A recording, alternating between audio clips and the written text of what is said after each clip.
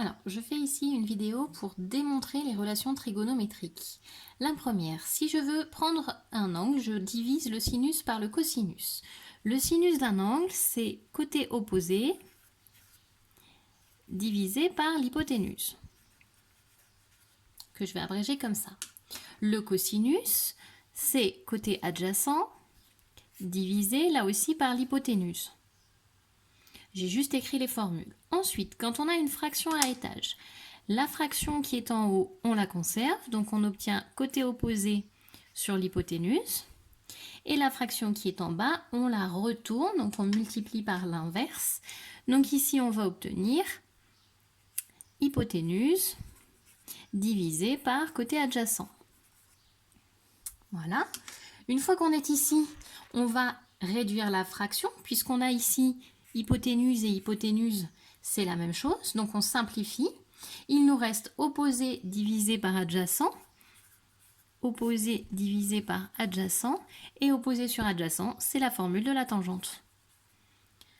Donc le sinus divisé par le cosinus est bien égal à la tangente. Donc si on nous donne le sinus et le cosinus, on va pouvoir déterminer la tangente, même si on n'a pas les mesures des côtés, par exemple, ni la mesure des angles.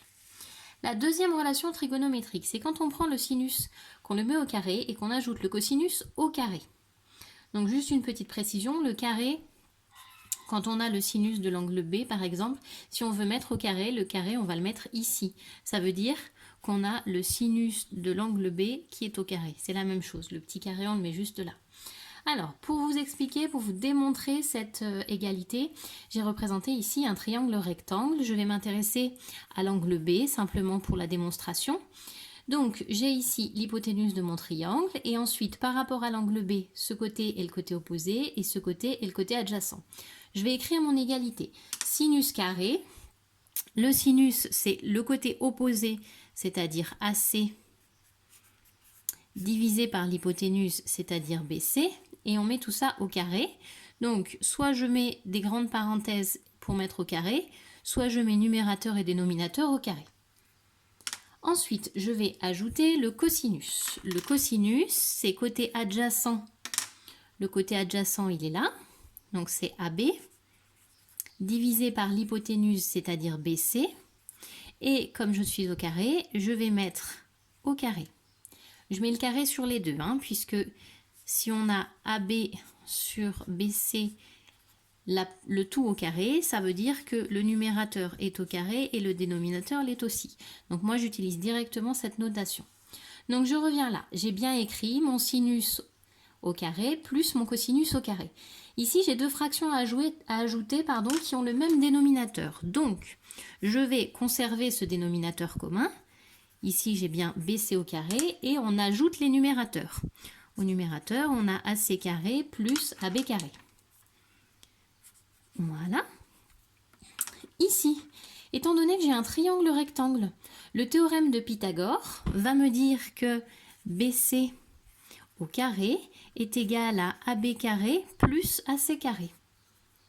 Donc, au numérateur, AC carré plus AB carré, c'est celui-là.